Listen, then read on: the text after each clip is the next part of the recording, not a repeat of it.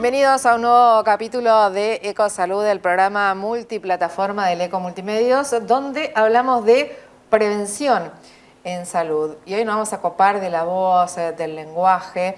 Por eso hemos invitado a la doctora Juana Román Subeldía, que es doctora en fonoaudiología. ¿Cómo anda, Juana? Gracias. Hola, muchas gracias por la invitación. Juana, ¿qué abordajes se realizan a partir de la fonoaudiología? Bueno, la fonoaudiología amplia, ¿no? es una carrera súper amplia. Es muy amplia, podemos abarcar distintas áreas.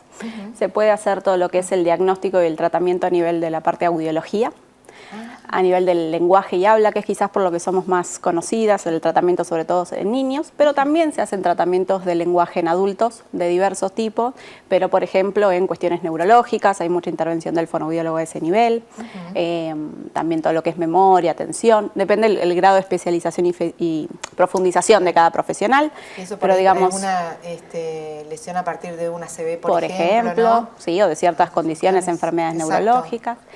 También abordamos todo lo que es el área de la deglución, de las dificultades para tragar, ya sea por cuestiones más anatómicas, de procesos o de tratamientos odontológicos, acompañando ortodoncias, de dificultades de ese tipo, más funcionales, o bien también después de alguna lesión neurológica, que hay dificultades para alimentarse. Ese área también se abarca, y la que a mí más me ocupa, que es el área de la voz, lo que es el tratamiento, el diagnóstico, la evaluación de la voz y también su entrenamiento, en muchos casos en quienes, por ejemplo, la usan para trabajar.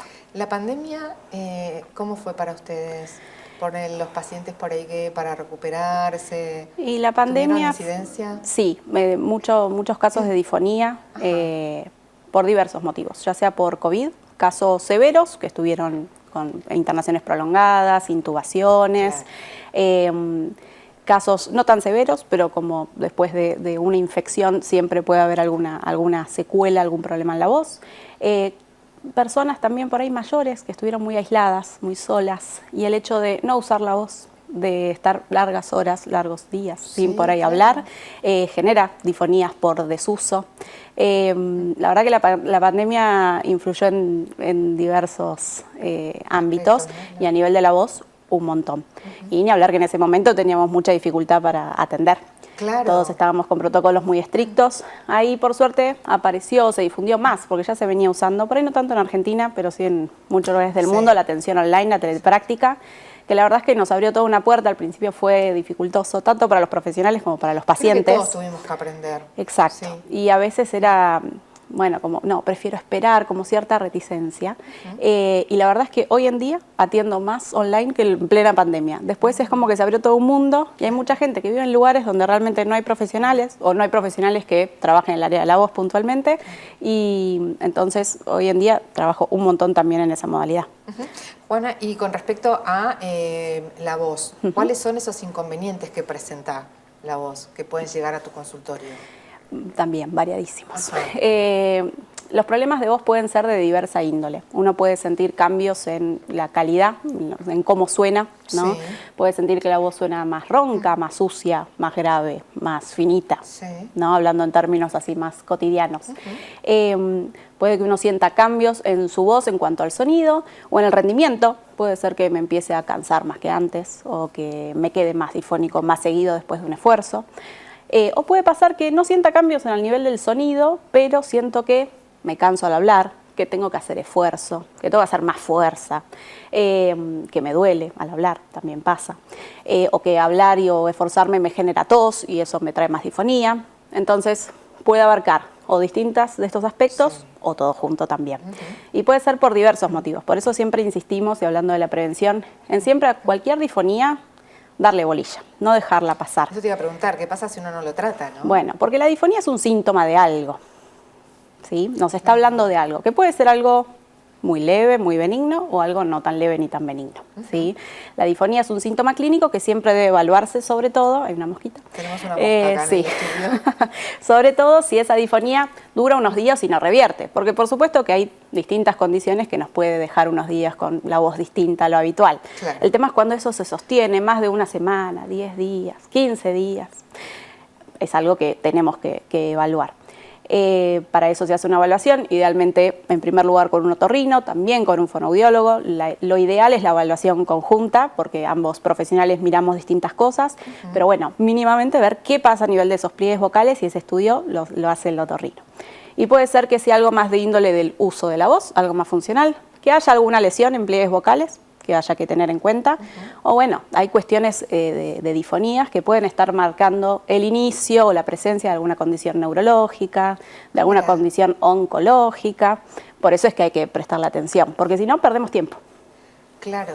Sí, perdemos tiempo. El tema es cuando por ahí parece que se te va a pasar y como no hay dolor, por ahí solo una difonía y no consultás, ¿no? Sí, y aun cuando es algo benigno, porque no hay que ser fatalistas, uno cuanto más sostiene esos síntomas, mayor es la severidad de la difonía, del problema en la voz puro, de la incomodidad también al hablar, y también es después por ahí distinto el pronóstico.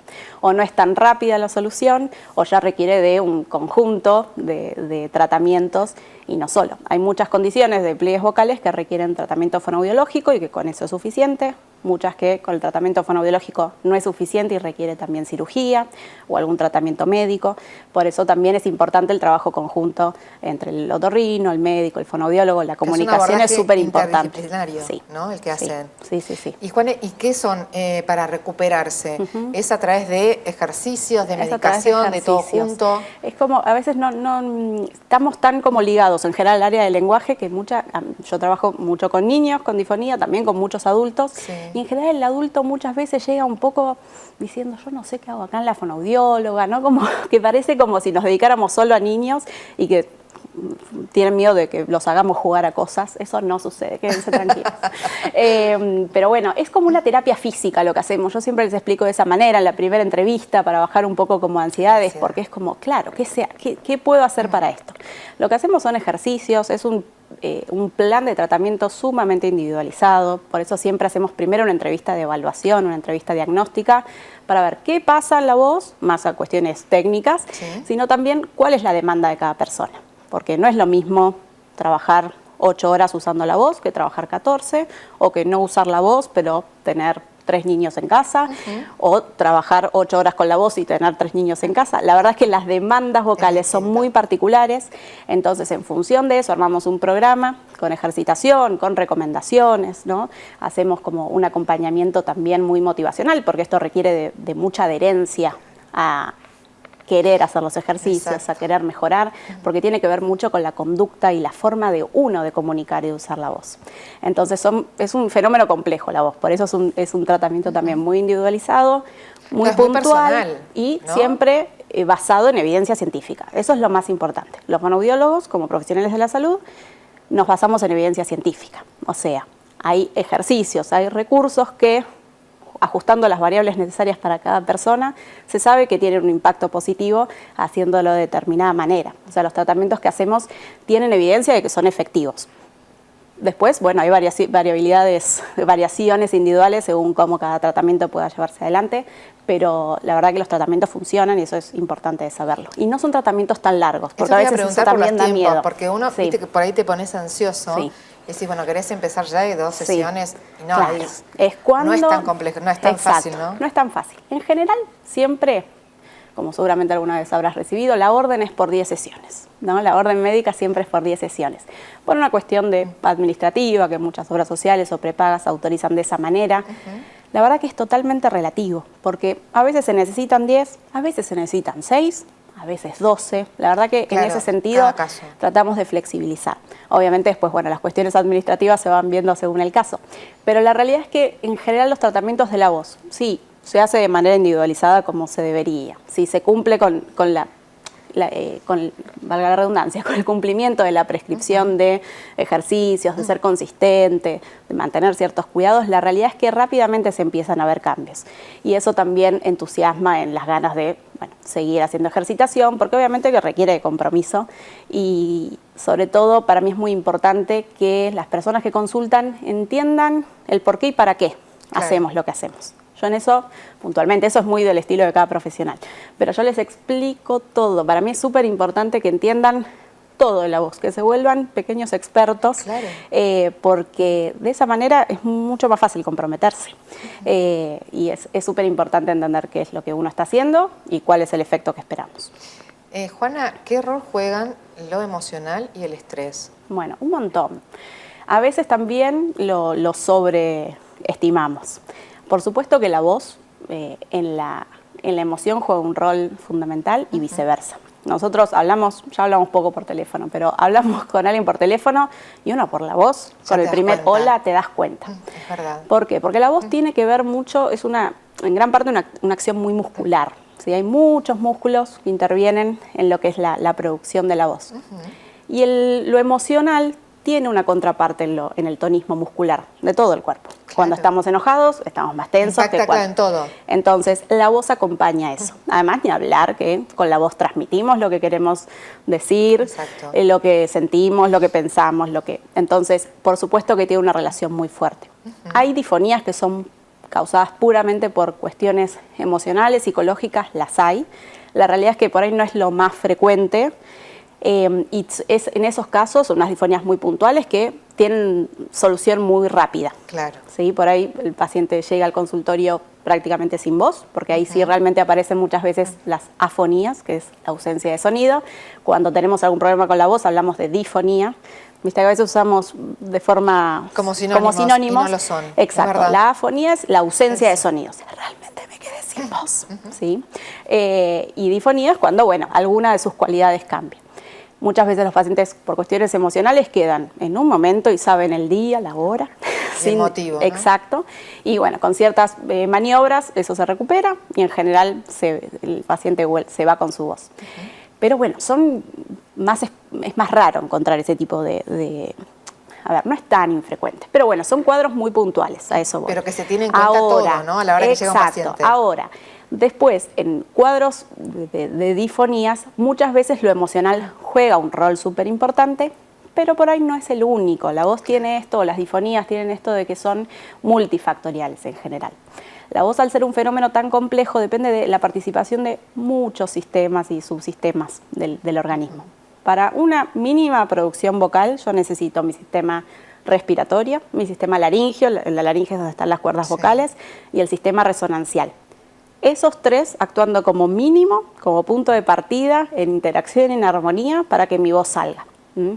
Pero a su vez, al momento de hablar, influyen muchos subsistemas, como lo postural, lo auditivo, lo gástrico, por ejemplo. Si yo tengo dificultades con reflujo y demás, lo tengo que mantener controlado, porque si no a veces puede influir. Lo hormonal también puede influenciar e influir en la voz. Son un montón de factores. Lo emocional, ¿sí? Entonces, el nivel de descanso. Son un montón de cosas las que pueden llegar a influir. Entonces, por supuesto que siempre el análisis lo hacemos de manera global. Claro. Y la voz va acompañando la emoción y viceversa. Es así. Juana, ¿y usamos, mal la voz, por eso las disfonías? A veces, ¿cómo es? Sí. Durante mucho tiempo se usó este término y a veces se sigue usando de mal uso y abuso de la voz. La realidad es que hay distintas variaciones, ¿no? Sí. A veces tiene que ver, o en la mayoría de los casos creo yo hoy en día, con un gran uso, más allá de abuso o mal uso, ¿sí? Por ejemplo, el caso de los docentes, que es como lo más clásico que se nos viene a la mente, o cuando hablamos de disfonías, como el primer grupo que se nos viene son los docentes. Yo trabajo un montón con docentes, pero también con un montón de otras profesiones o gente que no usa su voz para trabajar para nada y tiene problemas. Digamos, no es excluyente, no es que trabajamos solo con docentes. Pero por supuesto que los docentes son una población de altísimo riesgo para tener disfonía. ¿Y qué pasa con los docentes hoy en día? Y la mayor parte tiene doble cargo, tiene doble jornada. Entonces son muchas horas de uso de voz en aulas a veces no ideales en términos acústicos, con grupos muy grandes, sin posibilidad de un descanso y que después por ahí llegan a su casa y tienen que seguir hablando por distintos motivos o tienen que seguir trabajando en otro ámbito. Entonces la realidad es que muchas veces, y en general los docentes consideran que por ahí están usando mal, lo que están haciendo algo mal con su voz. Y la realidad es que lo que están haciendo es usarla mucho. Claro. Y todo sistema se agota. O sea, llega un momento donde no podemos exigir tanto. En lo físico en general lo tenemos más claro. Uno sabe que por más que esté reentrenado, bueno, no puede correr 5 horas por día. Claro. Porque hay limitaciones físicas que son fisiológicas y esperables para un ser humano. ¿Sí? Sí. Entonces, muchas veces cuando rompemos esas barreras de tolerancia de los tejidos, ¿sí? que tienen sus límites, empiezan los problemas. Pero no es que necesariamente se esté haciendo algo mal. A veces sí, hay cosas que ajustar. Hay cosas que por ahí por desconocimiento o por, bueno, en el momento hacer lo que mejor se puede, no se hacen con la mayor salubridad, llamémosle. Claro. Pero en general no tiene que ver con tanto una mala técnica, porque en realidad no existe algo así como la técnica, ¿no? Hay ciertas cosas más saludables, obviamente que tenemos ciertas recomendaciones, pero hablar de técnica, al relacionarlo con la voz, es reducirlo a algo que es demasiado simple para lo que la voz implica. Claro, exactamente. ¿Sí? Entonces, es encontrar lo que para cada uno funciona y lograr realmente que hablar sea económico.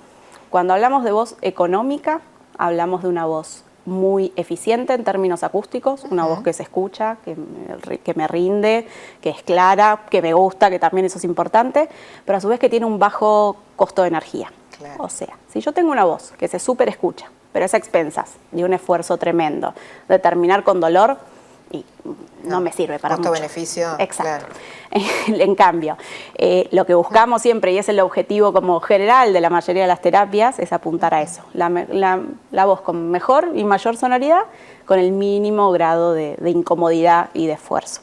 Eso es a lo que tenemos que apuntar. Teniendo en cuenta que, bueno, va a haber limitaciones, no por muchas veces ni porque esté usando algo mal, ni por falta de técnica o entrenamiento, sino porque, bueno, la voz como todo tiene ciertos límites. Y pasa también que a la hora de tener que, no sé, hablar en público, además, por la timidez, el temor y demás, es como que... Por supuesto, porque tiene que ver con lo emocional. A nosotros nos pasa cuando, a ver, uno se angustia y dice, tengo un nudo en la garganta. Y uno siente ese nudo en la garganta. Porque por supuesto que el correlato está, entonces muchas veces estamos nerviosos y empezamos con la voz un poco más temblorosa hasta que nos entramos en confianza. Entonces sí, eso por supuesto que sí puede influir. O sea que está bueno poder consultar, sacarse los miedos, ¿no? Sí. Y también como una medida, además de prevención, como decíamos, esto sí, hay mucho tiempo de uso o si hay poco. Sí, ¿no? Lo ideal, lo que siempre recomendamos, sobre todo en personas que trabajan con su voz, porque quienes no, por ahí no es necesario, es a todo profesional de la voz, o sea, toda persona que su voz sea un medio para trabajar, ya sea un periodista, un locutor, un docente, un cantante, un abogado, un religioso, claro. ¿sí? Que celebra distintas... Bueno, necesita su voz como medio de transporte de lo que necesita hacer. Entonces, lo ideal es hacer una evaluación por año, ¿sí? De manera rutinaria. Eso es lo ideal. Sabemos que a veces el año pasa rápido, pero la realidad es que sería lo más conveniente. Como el chequeo clínico que uno se hace, incluir también el chequeo al fonoaudiólogo. Porque es, a ver, si es la herramienta de trabajo, a veces pasa que después hay ciertas como autorreproches, decís, ¿cómo me dejé? ¿Cómo llegué a esto si yo esto lo necesito? Además, a veces es la herramienta de trabajo y a veces es, no de trabajo, pero sí es de una gran parte artística, ¿no? Hay gente que disfruta mucho hacer teatro.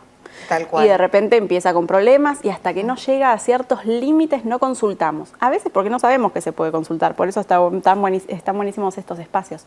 No se sabe que, no sé, ¿a quién voy? ¿Al otorrino? ¿Voy al clínico? ¿Voy? ¿A quién voy? Hay un tratamiento para esto, muchas veces no se sabe. Entonces, por más que no trabaje, pero si uso mi voz como disfrute, si me gusta cantar, si me gusta, también es lo ideal, sobre todo cuando noto, aunque sea una mínima dificultad, hacer la consulta a tiempo siempre es mejor en todos los ámbitos. No confiarnos ni dejar pasar el tiempo. Exacto, y saber que hay cosas por hacer y que cuanto antes lo inicie, mejor, ¿no? Y esto también es importante, buscar siempre el profesional con el que uno se sienta cómodo y que esté especializado también en ese área, porque todas las profesiones son muy amplias. Exacto. Entonces, no todos los fonoaudiólogos hacemos todo, no todos los otorrinos hacen todo, o no con el mismo grado de profundidad. Claro. Entonces, como buscar siempre... Y consultar, claro. Exacto. Y no quedarse con dudas y preguntar. Yo en eso siempre... No hay que irse de las consultas con cosas por saber, ¿no? Porque a veces uno por miedo o por vergüenza... Por timidez, claro, si por ahí es una pavada, no. no, hay que irse con las cosas claras. Juana, muchísimas gracias. No, por favor, muchas gracias a vos. Hablábamos de la voz, instrumento para muchos fundamental, pero en realidad es para todos porque es nuestro canal también de comunicación. Lo abordamos con la doctora Juana Román Subeldía, doctora en fonoaudiología. Nos reencontramos en un próximo capítulo de Ecosalud.